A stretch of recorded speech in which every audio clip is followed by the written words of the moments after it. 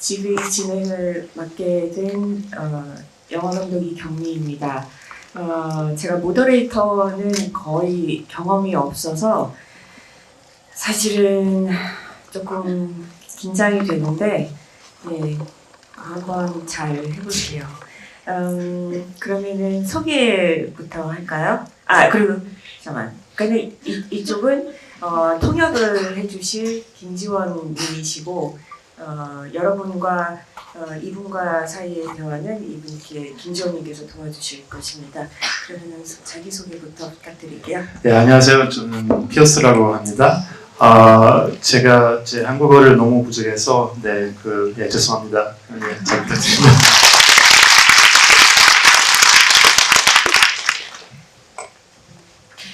추락의 해부 이 영화를 제가 작년부터 너무 기다리던 영화였어요. 그래서 GV 제안이 왔을 때 메일을 충분히 읽지 않은 상태에서 무조건 하겠다고 답을 드렸다가 답을 드리고 바로 근데 GV를 제가 지금 할 시간이나 이게 열흘이 안 되는데 내가 이걸 빨리 거절을 해야 되겠다 그렇게 생각을 하고 자고 일어나서 거절을 하기 전에 메일을 다시 봤더니 남편과 같이 하는 걸로 제안을 하셨더라고요. 그래서 그럼 남편이 책도 낸 지 얼마 안 됐고 그냥 해야 되겠다 싶어가지고 여기까지 오게 됐습니다. 여러분들께서는 영화를 어떻게 보셨는지 너무 궁금한데 일단은 이제 저희가 이제 그 피어스 콘란님께서 영화를 어떻게 보셨는지 영화에 대한 얘기를 우리가 좀 잠깐 나눴다가 질문을 받는 식으로 진행할게요. 이따가 질문을 해주시면은 필수는 곤란의 책을 선물로 드립니다. 네.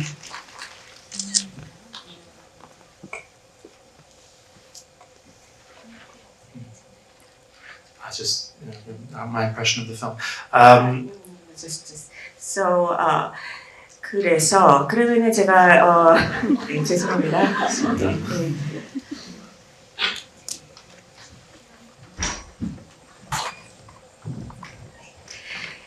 그러면은 피어스 콘란 선생님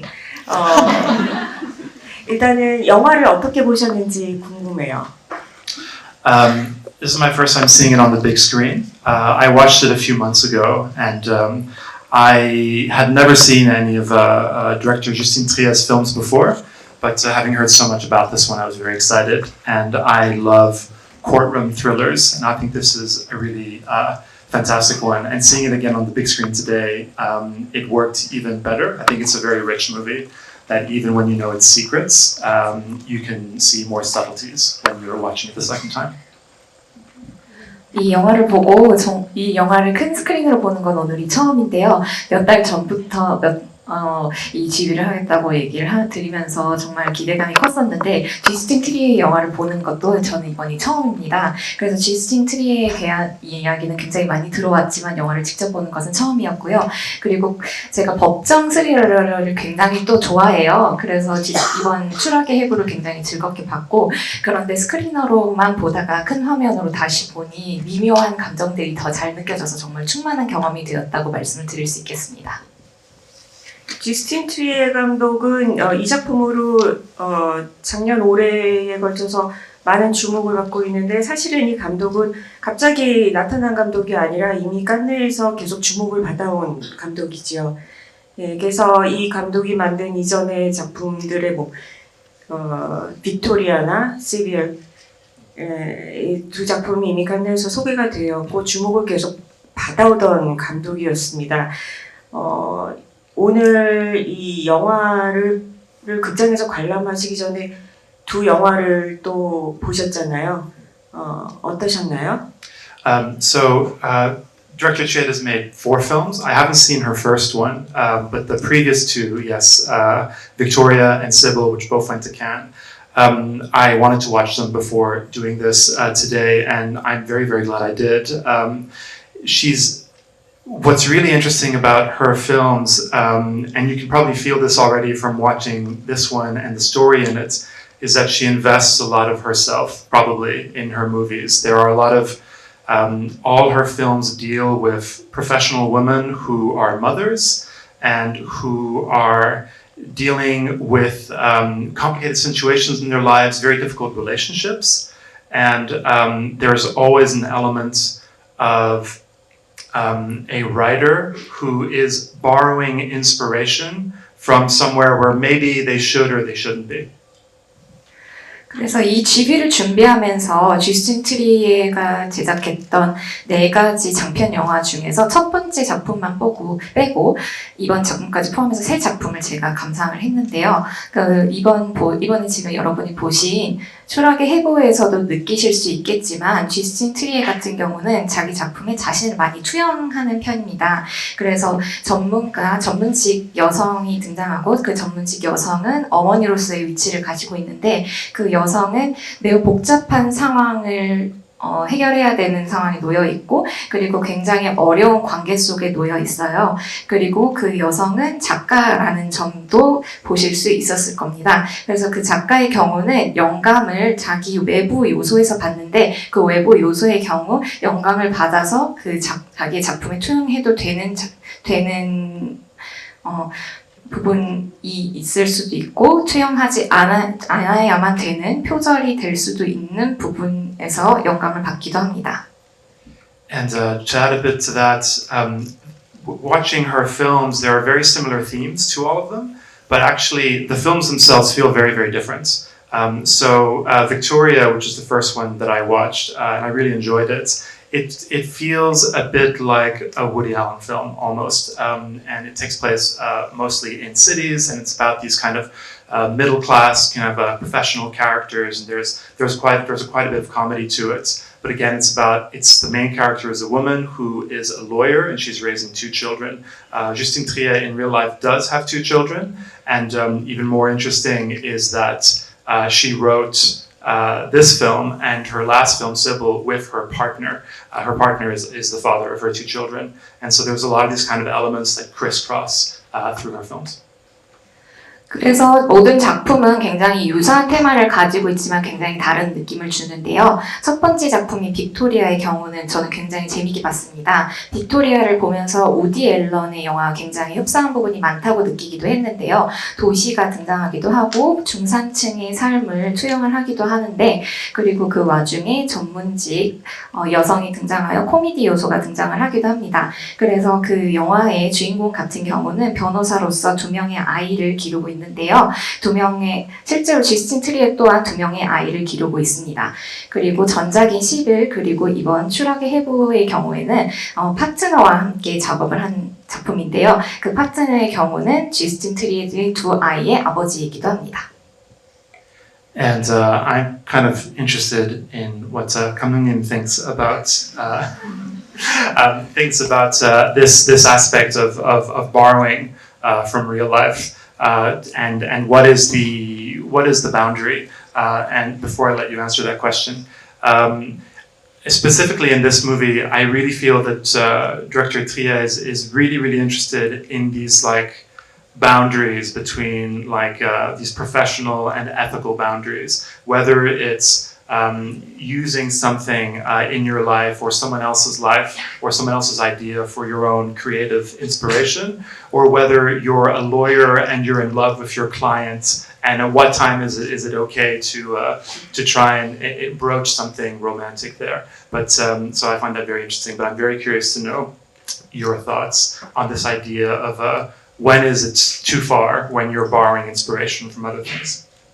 그래서 감독님께 여쭤보고 싶은 부분이 있는데요. 감독님께 특히 여쭤보고 싶은 부분은 이 실제 자기가 살아가는 삶 속에서 영감을 어디까지 받아야 하고 그 경계가 어디까지인가에 대한 질문을 드리고 싶습니다. 그래서 추락의 해부의 경우는 주스틴 트리에가 그러한 아이디어를 적용을 시켰다고 볼 수 있겠는데요. 그래서 전문가로서의 자신과 그리고 윤리를 지켜야 하는 인간으로서의 자신 그 중간에서 어느 경계에 있어야 하는가에 대해서 이야기를 하고 있습니다. 그래서 이 추락의 해부의 주인공 같은 경우는 작가로서 자신의 아이디어를 타인에게서 얻기도 하고 자신에게서 얻기도 하는데요. 그리고 전작의 경우에는 변호사가 자신의 의뢰인과 줄타기를 하기도 합니다. 그래서 작가님의 감독님의 경우에는 자신의 영감을 어디까지 자기 신의 작품에 적용시키시는지 여쭙고 싶습니다. 예, 일단은 그 전에 먼저 이 감독의, 주스틴 트리에 감독의 이 감독의 일상이 얼마나 이 감독의 작품에 많이 녹아있는지 조금만 더 설명을 드릴게요. 그러니까 이 감독의 전작인 빅토리아나 시빌리는 아까 잠깐 설명을 했지만은 그 주인공이 둘 다 여자이고 그리고 전문직 여성이고 아이가 둘이 있어요. 근데 실제로 이 감독도 두 아이의 엄마이고 그리고 참 재미있는 점은 이 추락의 해부에서 이 작가가 자기가 쓰고 있는 소설에 자기의 일상과 굉장히 연관되어 있고 그걸로 인해서 남편과의 어떤 그 싸움의 그 표절을 두고 싸움의 원인이 되기도 하고 이런 과정이 어쩌면은 그러니까 남편을 죽인 거는 이 감독의 상상이겠지만 이 감독이 어쩌면은 그러니까는 이미 두 작품을 남편과 같이 각본 작업을 하고 본인이 감독을 하면서 어쩌면은 가지고 있었던 자기의 현실적인 문제와가 또 상당히 닿는 부분이 있지 않을까라는 생각이 들 정도로 그녀의 실제 그러니까 추락의 해부의 영화 속의 주인공 소설가의 작품 활동이 실제 감독의 그간의 작품 활동과 좀 흡사하다는 면이 되게 재미있는 부분인 것 같아요. 그래서 저는 일상에 얼마나 그런 거는 이게 너무도 자연스럽게 창작을 하다 보면은 이 경계가 없어요. 그러니까 그리고 일상에서 저는 좀 영감을 많이 얻는 편이고 그래서 제가 일상에서 영감을 많이 얻는 편이라는 걸 제가 알기 때문에 늘 조금 메모를 하는 편이고 그래서 이제 시나리오 작업을 시작할 때는 아이디어가 떠오르지 않을 때는 저의 오래된 기록부터 다시 열어보면서 거기서 새로 다시 영감을 얻기도 하고 좀 그러는 편이라서 저는 작업을 할 때 저희 일상에서 어떤 부분을 숨겨고 싶다거나 그런 욕구에 대해서는 그런 부분에 대해서는 굉장히 자유로운 편이에요. 그래야지 재미있는 아이디어들이 나오기 때문에 억지로 숨기려고 하는 거는 없는 편이고 제가 작업을 할 때 제가 인지하지 못하는 것들을 발견하는 데서 좀 재미를 느끼는 편이에요, 저는. 그래서 이 감독이 이 작품을 이제 추락의 해부를 만들 때 저는 이제 그런 상상을 했어요. 이 감독이 자기의 일상과 그 스토리의 경계를 넘나들면서 얼마나 짜릿했을까라는 상상을 하기도 했어요. 특히 뉴스 토크쇼를 보는 장면, 예, 쓰면서 얼마나 짜릿했을까라는 생각을 했어요.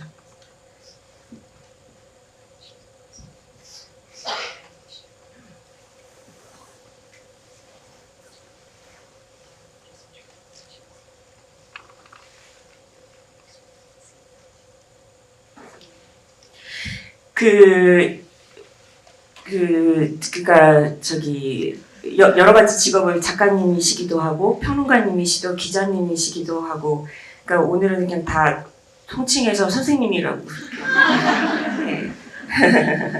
선생님께서는 살인의 해부를 보시고 그 말씀을 하셨죠. 저한테 이 제목을 어느 영화에서 영감을 받은 것 같고 그래서 이 영화는 이 감독은 이 영화에서 얼만큼 영향을 받았는지에 대해서 말씀을 저한테 잠깐 하셨는데 그 얘기를 관객분들도 재미있어 하실 것 같아요. Justine Triet has been very vocal about her admiration for the film Anatomy of a Murder, and obviously Anatomy of a Fall derives its title from that. Anatomy of a Murder is a wonderful, wonderful movie by director Otto Preminger from 1959. It's it's a classic Hollywood courtroom thriller starring James Stewart, and George C. Scott and Ben Gazzara. And it's also, beyond being a court thriller, the main protagonists are the lawyers here more than the clients. So it's a bit different to Anatomy of a Fall there. But it's also very much about, it deals with a woman who was raped, and then her husband went and killed the rapist, and he's on trial for murder. And we have to kind of, it's like this film, we're trying to figure out what is the truth in the relationship. And so, something I was joking earlier today to Kyung-mi that Anatomy of a Fall could just as well be called Anatomy of a Marriage. And so, but I think that I'll let the translators do that for now.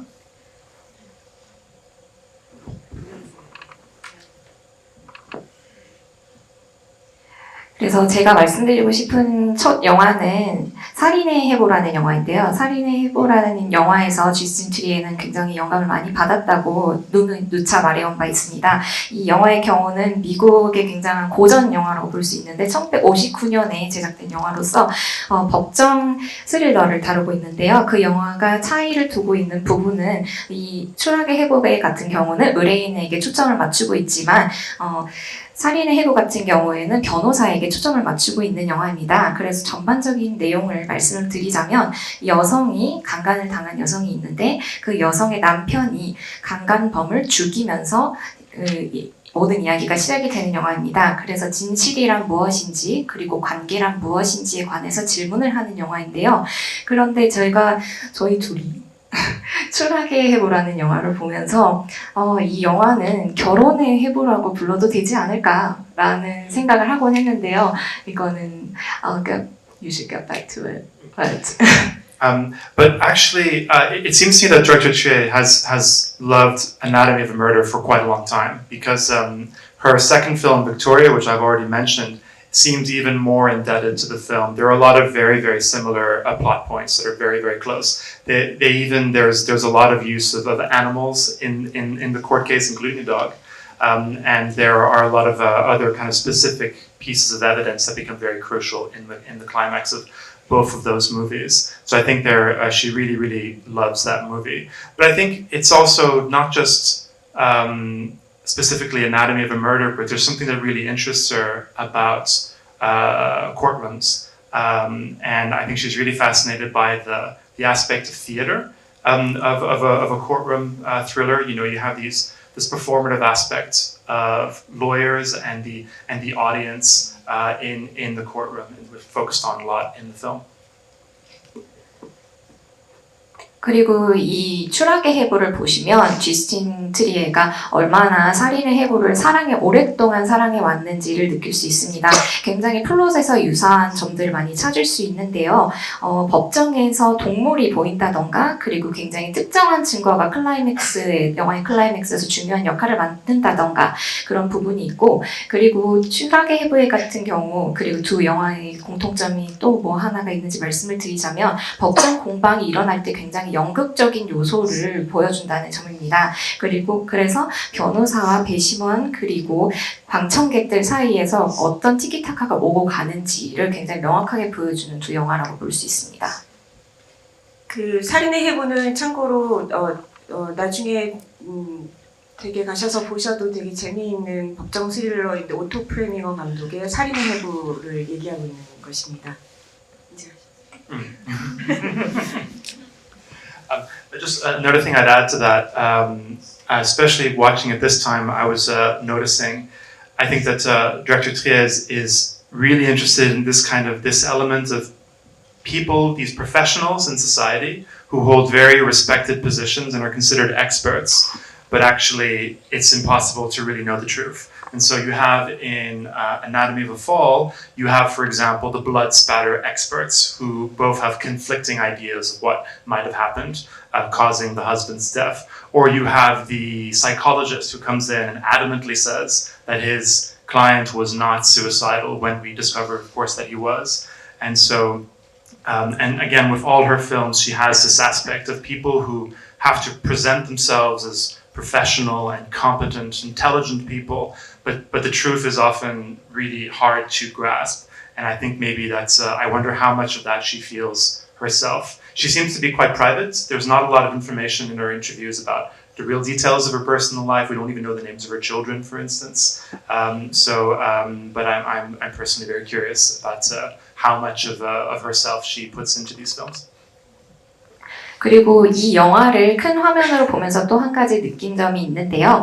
쥐스틴 트리에는 추락의 해부를 통해 전문 직종을 가진 사람들, 소위 사람들에게 존경받는 사람들에 대해서 보여주고 싶었던 부분이 있었던 것 같습니다. 그 점은 그 사람들 또한 진실을 밝혀내기는 어렵다는 것인데요. 예를 들어서 핏자국을 조사했던 두 전문가들의 경우 굉장히 상반되는 의견을 가지고 있고, 그리고 심리학자의 경우에는, 정신과 의사의 경우에는 당신의 남편은 자살을 절대 하지 않을 사람이었다라고 단정지어서 말하고 있죠. 그래서 전문 직종을 가지고 있는 사람들의 경우 굉장히 똑똑하고 굉장히 자신감에 찬 모습을 일상에서 보여주고 있지만, 그들 또한 진실 앞에서는 자신의 모습을 완전히 보여줄 수 없다. 진실을 잡기는 어렵다라는 것을 보여주고 있습니다. 그리고 쥐스틴 트리의 경우는 굉장히 사람들에게 자신의 삶을 공개하지 않는 사람인데요. 아이들의 이름을 공개하지 않는 면에 있어서도 그러한 면목을 볼 수 있습니다. 그래서 저 개인적으로는 쥐스틴 트리의 개인의 삶에 대해서도 굉장히 흥미를 가지고 있고요. 그리고 쥐스틴 트리가 자신의 얼마만큼을 이 영화에 투영했는지도 굉장히 궁금합니다. 우리가 이 영화를 보면서 결혼의 해부다, 이 영화는. 그런 이야기를 우리가 나눴었는데, 저는 그게 좀 흥미로웠어요. 그러니까 제가 결혼한 부부 이야기를 좀 재미있어하는 편이거든요. 그래서 제가 좋아하는 영화가 잉마르 베르그만의 결혼의 풍경이랑, 그다음에 노아 바움백의 결혼 이야기. 노아 바움백의 결혼 이야기는 이제 결혼의 풍경에 많이 영감을 받은 영화인데, 결혼의 풍경은 전 TV 시리즈를 좋아하고요. 근데 이제 제가 흥미로웠다는 거는 뭐냐면은, 이것을 부부 이야기를 초점을 맞췄을 때, 이제 잉마르 베르만이나 노아 바움백이나, 일단은 두 부부의 직업은 남편은 연출가고 아내는 배우란 말이에요.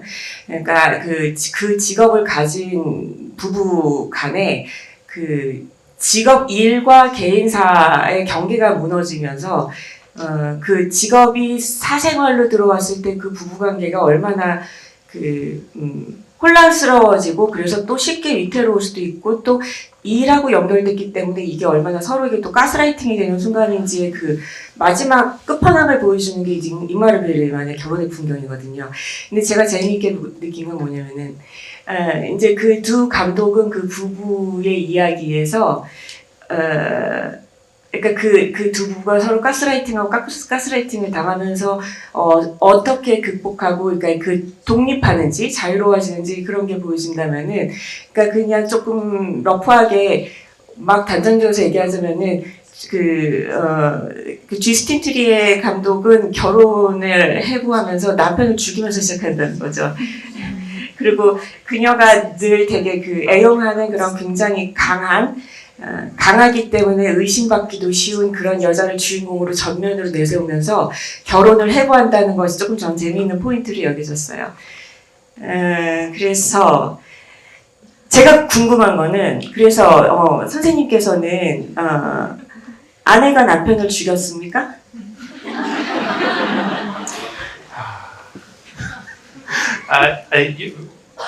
The experience of watching this film on the big screen was different today compared to the last time I watched it alone on my computer.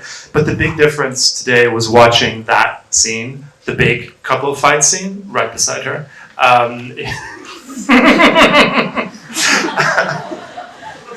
It's really hot in here. Well, you know, it is very weird, I think, watching it for us, because there are so many parallels. You know, we both work in these kind of creative fields. We both speak different languages. You know, I've moved into a different country. We don't have a child, but we do have two cats, kind of the same thing. And so, you know, of course, we have arguments, and we can sense germs of similar problems. But that's when a film like this, or a film like Ingmar Bergman's Scenes from a Marriage, that's why these films work so well, because the really hard hitting, the painful moments, we recognize them, even if they're hopefully not as extreme as that. We can recognize some kind of milder version of that maybe. 그래서 추락의 해보를 보면서 되게 민망하고도 인상적이었던 부분을 특히 큰 스크린으로 보면서 느꼈는데요. 두 부부가 싸우는 걸 보면서 굉장히 미묘하고도 평행이론 같다고 느껴지는 부분이 많았습니다. 저희 또한 이렇게 창작자로서 그리고 다른 두 언어를 사용하는 사람으로서 그리고 저 같은 경우는 다른 나라에서 한국으로 이사를 왔고 그리고 저희에게는 자식과도 같은 두 고양이가 있거든요. 그래서 여러 가지 부분에서 이 정도로 저희가 극단적으로 치닫지는 않지만 비슷한 종류의 대화와 비슷한 종류의 쟁점을 가지고 있고 그리고 비슷한 문제를 겪고 있구나라는 생각을 했습니다. 그래서 이러한 유사점을 잉마르 베리만의 TV 시리즈에서도 찾을 수 있었고요. 그래서 이 지점에서 추락의 해보가 굉장히 저에게 인상 깊게 다가왔습니다. 그래서 아내가 남편을 죽였어요? 안 죽였어요? 산드라. It's unknowable. But I do think it's interesting because reading some interviews of Justine Triet, she wants us to think that it's impossible to know whether she did or didn't physically kill her husband. But what seemed to interest her was not so much did she physically kill him, did she somehow, even if she didn't, even if he wasn't murdered, did she still contribute to his death?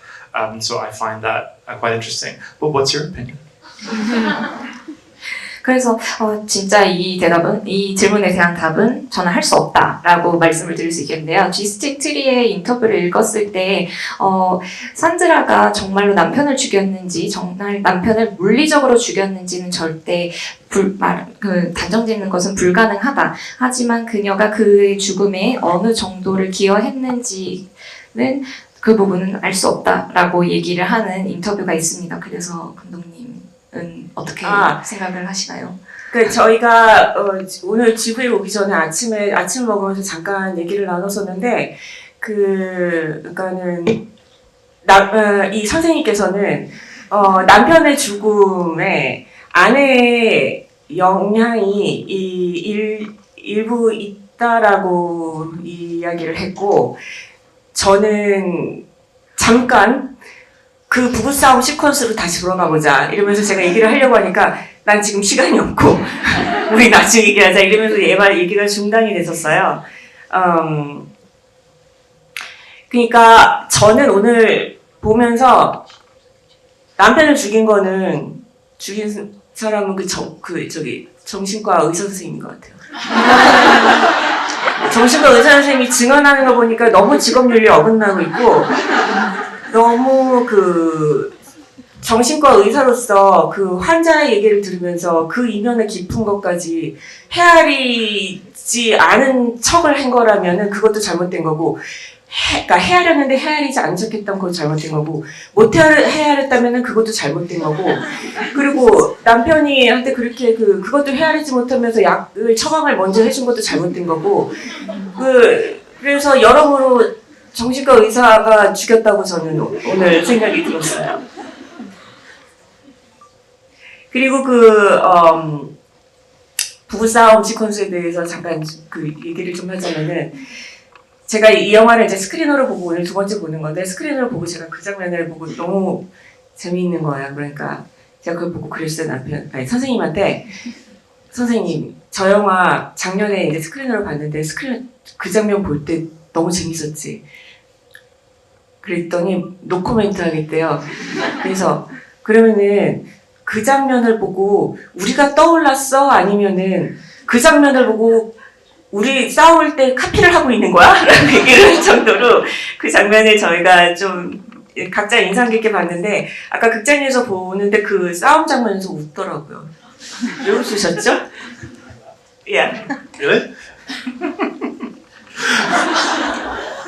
How to respond to that?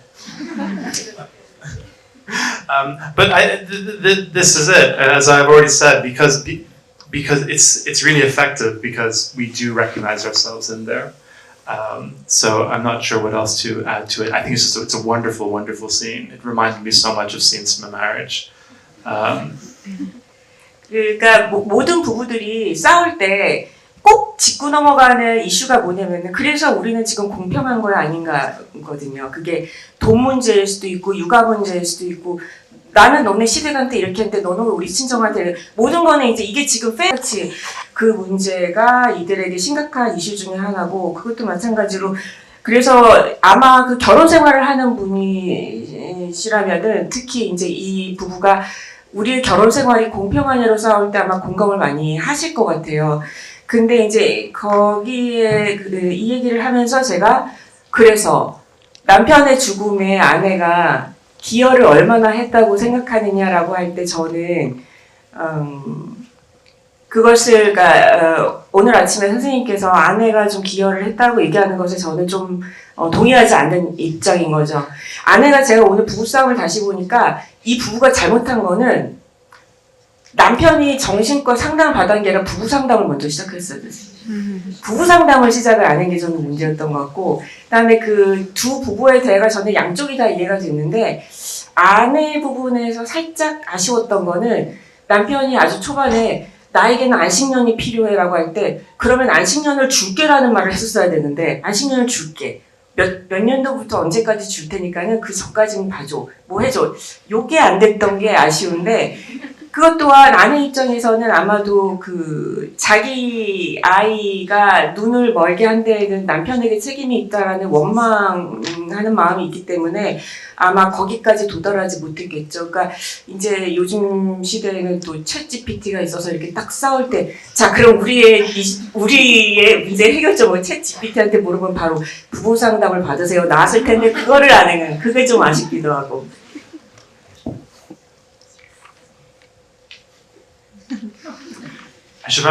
This is probably the point where I have to confess that this year I started writing my first novel. I hope it goes well. 지금 여러분 앞에서 고백드릴 부분이 있는데 올해가 제가 첫 소설을 쓰기 시작한 첫 해입니다. 안식년을 달라는 얘기인가요? To completely steer away from all that discussion, something we didn't have a chance to talk about this morning because it occurred to me watching the film now was I mentioned we already talked about Anatomy of a Murder being a reference for the film. I wonder what you think about this. I really felt a lot of suddenly today The Shining. That's the young boy with the same kind of brown hair bob haircut, his red clothes, the big lonely house in the snowy mountain, and the father slowly going mad who wants to write his book. I realize it seems to be quite similar. What do you think about that? 그래서 이 문제는 완전히 차치하고 다 떠나서 오늘 아침에 저희 둘이 나눠보지 못한 이야기에 대해서 얘기를 해보고 싶은데요. 그래서 아까 살인의 해부와의 유사성 그런 부분은 다 얘기를 했으니 이번에는 샤이닝과의 유사성에 대해서 얘기를 나눠보면 어떨까 합니다. 샤이닝에도 굉장히 어린 소년이 나오는데요. 빨간 옷을 입고 있고 굉장히 외로이 혼자 집에서 있는 그리고 그 집은 눈에 휩싸인 그런 씬이 나오죠. 그런 부분에 대해서 어떻게 생각하시는지요? 그러니까 헤어스타일도 좀 비슷한 것 같아요. 그죠? 맞아요. 그러니까 그래요. 이게 지금 좀 재미있는 포인트인 것 같아요. 그러니까 어쩌면은 그게 의도였을지도 모른다는 생각이 들어요. 그러니까 이 아이가 이 엄마가 겪는 과정을 지켜보면서 무슨 생각을 하고 뭘 계획하고 있는지 뭐를 느끼고 있는지 우리가 바로바로 캐치하기 힘들잖아요. 또 이 아이가 눈이 잘 안 보이는 아이이기 때문에 그래서 때로는 이 아이가 뭔가를 고민하거나 그 허공에 시선을 주거나 이럴 때 약간 이 아이가 어떤 생각을할지 가늠할 수 없다는 것에서 살짝 어떤 공포감 이런 것들을 심어주는데 좀 기여를 하지 않았을까 무의식적으로 그런 생각도 좀 들어요. 그러니까 같은 맥락에서 예를 들면 저는 이 영화 첫 시작의 첫 컷인 계단에서 이렇게 공이 떨어지는 컷에서 이미 소름이 확 돋았거든요. 왜냐면은 제가 좋아하는 공포 영화인 체인즐링 제목이 체인즐링인데 피터 메닥 감독의 체인즐링 이라는 영화가 있는데 그 공포 영화 제가 좋아하는 공포 영화인데 그 영화에서 이렇게 그 계단에서 공이 떨어지는 장면이 그 영화에 되게 백미거든요. 진짜 무서운 거지. 이렇게 그냥 계단에서 공이 떨어지는 장면이 얼마나 무서울 수 있는지에 최고의 영화가 그 영화거든요. 그래서 저는 그 영화에 대한 기억이 있기 때문에 그 첫 컷에서 이미 소름이 쫙 돋았었거든요. 근데 역시나 그 체인즐링 컷, 네, 그래서 저는 이 감독이 체인즐링도 분명히 봤을 거라고 생각을 하고 아마 그 샤이닝 아마 그 의상이나 헤어스타일 회의를 할 때 샤이닝의 그 아들을 이미지로 이렇게 그 어떤 피치되게 있지 않았을까라는 생각이 실제로 저도 들어요. 공감을 해요. The Changeling is a really interesting one there, and there's another connection actually with Anatomy of a Murder, because the actor of The Changeling is George C. Scott, who plays the opposing lawyer, the prosecutor in Anatomy of a Murder. Wonderful, wonderful actor. And this is reminding me a bit. I'm really curious about how this director is going to keep progressing in her career stylistically.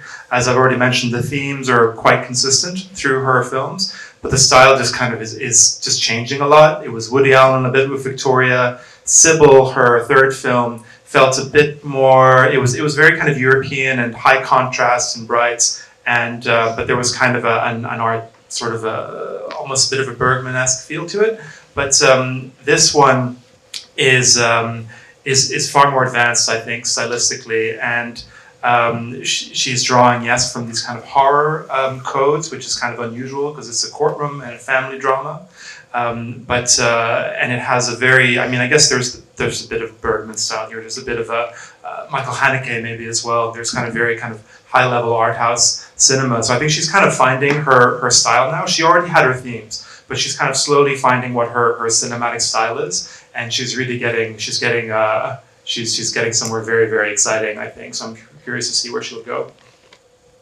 여기에서 체인즐링과 살인의 해고와에도 굉장히 유사성이 있다고 볼 수 있는데요. 조지 시 스컷이라는 배우가 여기 살인의 해고에서는 상대편 변호사로 등장을 합니다. 그래서 다시 추락의 해부로 돌아와서 말씀을 드리자면 지스틴 트리의 스타일은 항상 변화를 해왔어요. 빅토리아의 경우는 오디 앨런의 영향을 받았고 11을 보신다면 굉장히 유럽스럽다, 그리고 대비가 많이 보인다 라는 생각이 드실 수 있을 겁니다. 그런데 추락의 해부를 보신다면 스타일 면에서 굉장히 많은 발전을 이룩했다라고 말씀을 드릴 수 있겠는데요. 그래서 이경미 감독님이 말씀하셨듯이 호러 코드도 발견을 할 수 있는데, 이게 굉장히 특이점인 것이 지금 보셨던 추락의 해부 같은 경우는 법정 공방이 일어나는 영화이자 그리고 가족 드라마거든요.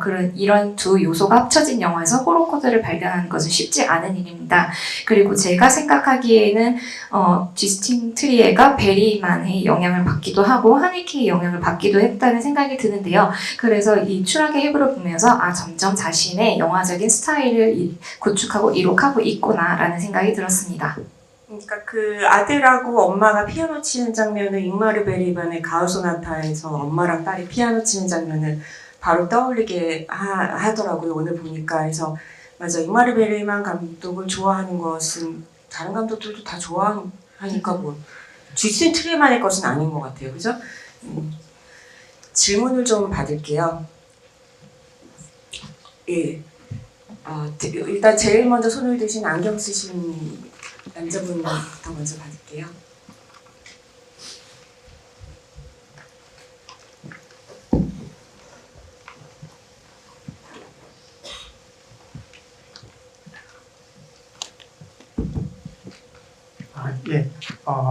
저는 영화 보기 전에 스포일러를 안 당하려고 애를 쓰다가 트위터에서 우연히 기사 제목을 봤는데 산드라 힐러가 주연 배우는 산드라 힐러가 자신이 유죄인지 무죄인지 모르는 상태로 연기를 했다는 얘기를 봤어요. 그런 연기가 어떻게 가능했는지 정말 궁금한데, 감독님이라면 혹시 어떻게 연출을 하셨을지 궁금합니다. 제가 만약에 감독을 했다면은 산드라 힐러가 가지고 있는 이미지가 굉장히 세잖아요. 좀 진짜 누구 죽일 것 같기도 하고, 그리고 심지어 여기 남편이 자기 머리를 때리고 벽을 쳤다라고 할 때 벽을 치는 액션 잠깐 보이는데, 그 집으로는 베란다를 이렇게 쳐서 이렇게 넘어뜨렸을 수도 있을 것 같다는 착각이 들 정도로 그게 이제 약간 그 오라가 굉장히 강한 분이라서 그런 배우의 경우에는 본인이 무죄라고 믿고 하면 좋겠다라고 했을 것 같아요. 왜냐면 이미 너무 유죄 같기 때문에 그랬을 것 같아요. 네, 다음 질문 저기 맨 처음 가장 먼저 손을 드신 네. 네. 저 피어스 콜란 평론가님께 질문 드리고 싶은데요. 그 법정 스릴러에 대해서 관심이 많으시다고 해주셨어요. 그 요즘에는 법에서 결정되는 것들이 사회에 굉장히 많은 영향을 끼치고 또 이 모든 것들이 중계된다는 점에서 고전에서의 법정 스릴러에 비해서 현대에 와서 점점 더 변해가는 것 같은데 이에 대한 생각도 궁금하고요. 감독님한테는 이 영화에서는 검사가 꽤 큰 역할을 하는 것 같아 보였는데 감독님이 검사를 연출하셨다면 어떻게 연출하셨을지 궁금합니다. 통화하는 동안 제가 먼저 하는 게 시간이 제가 만약에 검사를 연출한다면 이 검사분이 연기를 굉장히 잘하셨어요. 그리고 저는 그 의상이 마음에 들어요. 약간 산타클로스 같은 네. 그래서 글쎄요, 제가 그냥 베스트 케이스인 것 같아요. 네. 제가 검사를 연출한다면 완벽한 연출이었던 것 같아요. 예, 남편. I think that's a very good point about how the portrayal of courtroom politics has changed quite a bit in modern cinema, and I think there's an acknowledgement of that within this movie. I mean, it's informed by Preminger's Anatomy of a Murder, which is a very, very classic courtroom drama where the lawyers are very much like they're just performative. They're just like actors, and it's Jimmy Stewart. It's a great vehicle for him. Here, it's the lawyers are a bit more on the back, and it's more the focus on the details of the case and on the suspects. And there are many kind of modern allusions to kind of social politics. The lawyers call other lawyers sexist, or they say certain things where you can't say that, or I don't want to be called Mrs. I don't want to be categorized by my marital status. So it does feel very different to older classic courtroom thrillers. 그래서 법정 공방이라는 법정 안에서 일어나는 정치적인 면에 대해서 말씀을 해주셨는데요. 저 또한 이것이 굉장히 많은 변화가 있었다고 느끼고 있습니다. 이 영화의 제목에서 보실 수 있듯 제가 그리고 이미 말했듯 이 영화는 고전 법정 스릴러인 살인의 해부에서 굉장히 많은 영향을 받았는데요. 그 영화 안에서는 변호사들이 굉장히 연극적으로 연기를 하고 지미 스튜어트 같은 명배우에게서도 보실 수 있는 일면이 있는데 그런데 하지만 추락의 해부에서는 변호사들이 약간 뒤에서 머무르고 그리고 용의자와 그리고 수많은 증거들이 좀 더 앞에 내세워지는 면이 있습니다. 그래서 사회적인 그리고 사회 정치적인 면 또한 법정 공방에서 찾아보실 수 있는데요. 서로 변호사들끼리 서로를 섹시스트라고 부른다거나 아니면 그 증인이 나와서 자신을 양이라고 부르지 말아달라, 자신을 결혼 여부에 묶여있는 호칭으로 부르지 말아달라, 씨라고 불러달라라는 장면이 등장하기도 합니다. 그 변호사 얘기하니까는 저는 여담으로 그 변호사 친구랑 나중에 이제 이기고 나서 중국 음식 먹는데 서로 좀 안기고 막 이렇게 얼굴만 할 때 있잖아요. 그때 저는 처음 볼 때 너무 긴장을 했어요. 왜냐면 나 이 영화 지금 너무 좋아하고 있는데 여기서 갑자기 키세버리면 나 너무 실망할 것 같은데 그래서 이 영화가 혹시 거기서 잘못된 선택을 할까봐 너무 조마조마했었던 생각이 갑자기 나네요. 예, 그 다음에 질문 받을게요. 예, 저기 손을 번쩍 드시는 위에 네. 안 그래도 사실 저는 제일 마지막 장면에서 개인적으로 어떻게 느끼셨는지 여쭤보고 싶었는데요. 사실 이 영화는 제가 개인적으로 느끼기에는 누가 죽였냐에 초점을 맞추면 안 되고 사실은 그 모든 그냥 그 부부의 삶이 전혀 상관없는 사람들에게서 난도질 당하고 해부보다는 해체라고 보는데 난도질 당한 이후에 그래서 너가 죽였네? 제가 죽였네? 그리고 끝나고 그냥 가버리는 그 상황에서 여자 주인공이 이겨봤자 아무것도 없다 라고 했던 대사도 굉장히 인상 깊었고 마지막에 저도 굉장히 긴장하면서 봤던 변호사와의 무언가 그리고 사실 아들한테 안기는 엄마의 모습도 좀 저는 굉장히 이질적이었어요. 그러니까 이게 아들한테서 엄마가 뭔가 애정을 받는 느낌도 들었고 좀 연출이 굉장히 저는 좀 불편했거든요. 그래서 그 마지막에 다 끝난 장면에서 특히 또 아들이 엄마의 머리를 냄새를 맡으면서 아마 그 남자분은 냄새를 맡았을 거라고 생각을 해요. 그래서 뭐 바라던 대로 무죄였지만 그냥 다 난도질로 해체돼서 이 일상이 다시 봉합될 수 있을까? 거기서 이 아내분은 또 이제 그 남편의 부재로 또 새로운 사랑을 원할 수도 있고 근데 그게 아들한테 또 상처가 될 수도 있고 이런 다양한 갈등에 또다시 잠재될 가능성에서 그저 이렇게 영화는 이제 그걸 관조하고 끝났다는 느낌이 들어서 저는 마지막에 오히려 더 많이 긴장되고 불안한 느낌이었거든요. 그래서 개인적으로 이제 마지막 장면을 보시면서 어떤 느낌이 드셨는지 궁금합니다.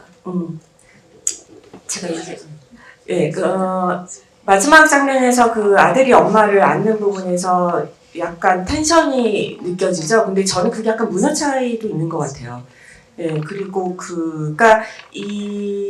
저는 어떻게 생각하냐면은, 이들이 다시 봉합될 수 있을까에 저는 좀 희망적으로 봤어요. 왜냐면, 이 아들이 11살의 아이가, 감당해야 되기에는 너무 버거운 일을 맞이했고, 거기에서, 때로는 확신이 흔들릴 때, 결정을 먼저 해야 되는 그 순간을 경험한 아이거든요.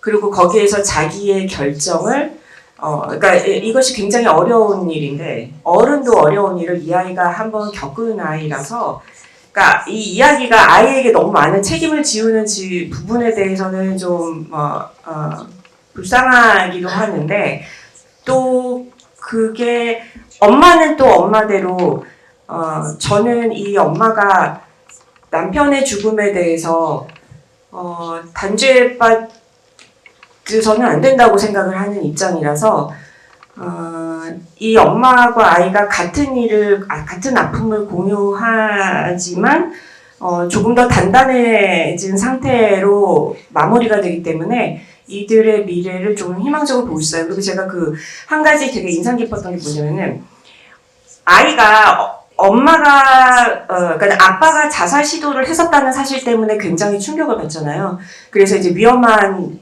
테스트를 하는데 저는 뭐가 또 흥미로웠냐면 엄마가 양성애자라는 사실에 전혀 초점을 두지 않는다는 점이었어요.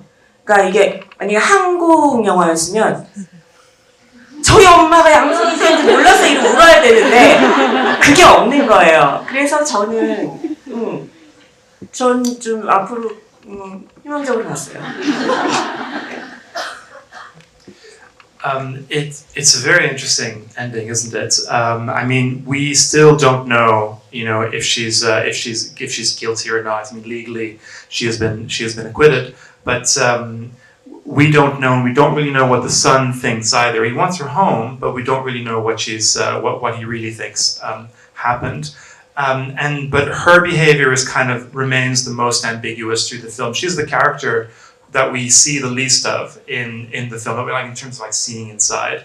I find it really interesting that except for the very final scene where she crawls into bed, the dog comes up, and that brief moment when she's watching the talk show in the hotel room, those are the only two moments in the film when she's alone. There are no other humans, and so we never really get to see her be honest with herself and thus honest with the audience. So I think that's a deliberate choice to to keep us at a distance and to make us really not sure.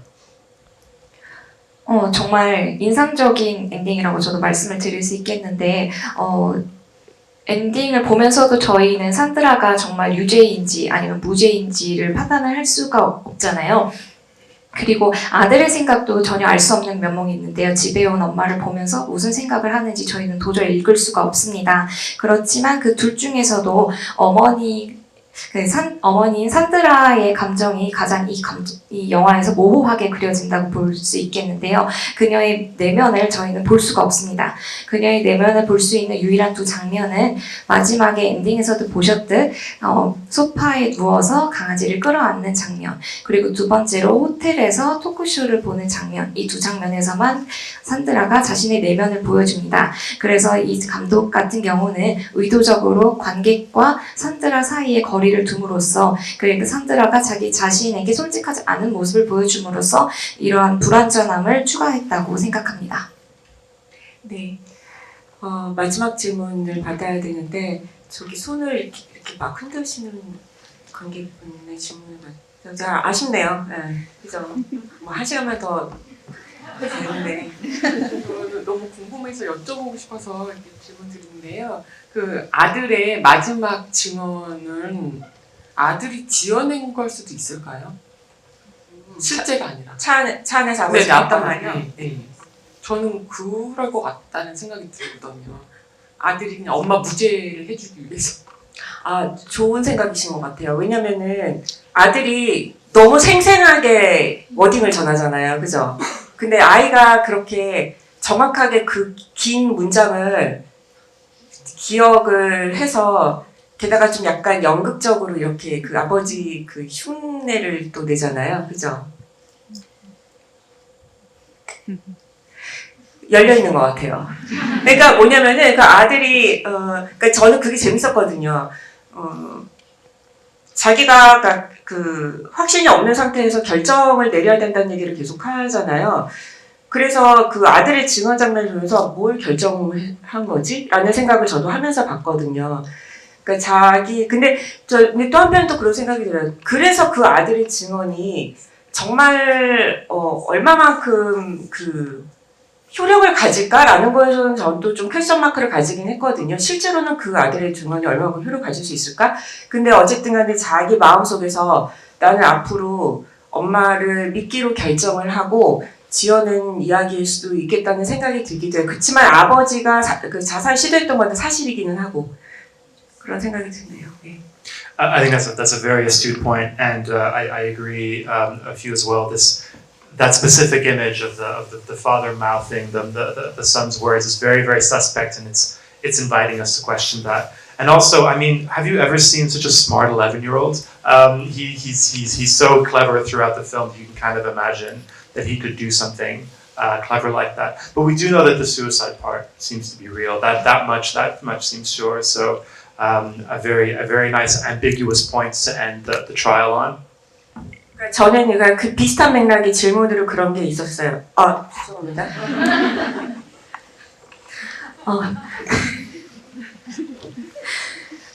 그래서 아들이 하나하나 이렇게 콕콕 집어서 아버지가 했던 말을 기억하고 말하는, 증언하는 모습을 보고 저도 이경미 감독님과 똑같은 생각을 했는데요.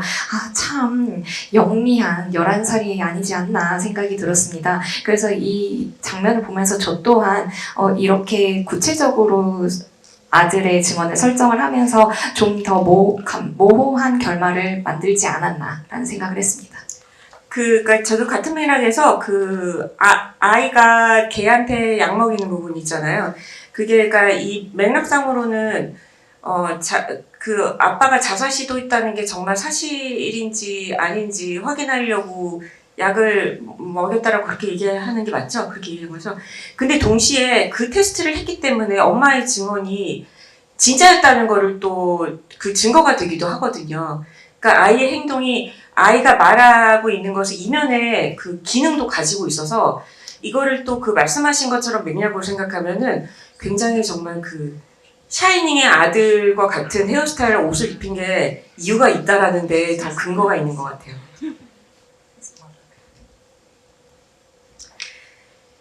참 아쉽지만 끝내야, 그죠? 시간 더 질문을 받으면 안 되죠. 아쉽지만 여기까지 오셨는데 하나만 더 받을까요? 한 번만 더 받을까요? 한 번만 더 받을까요? 참네.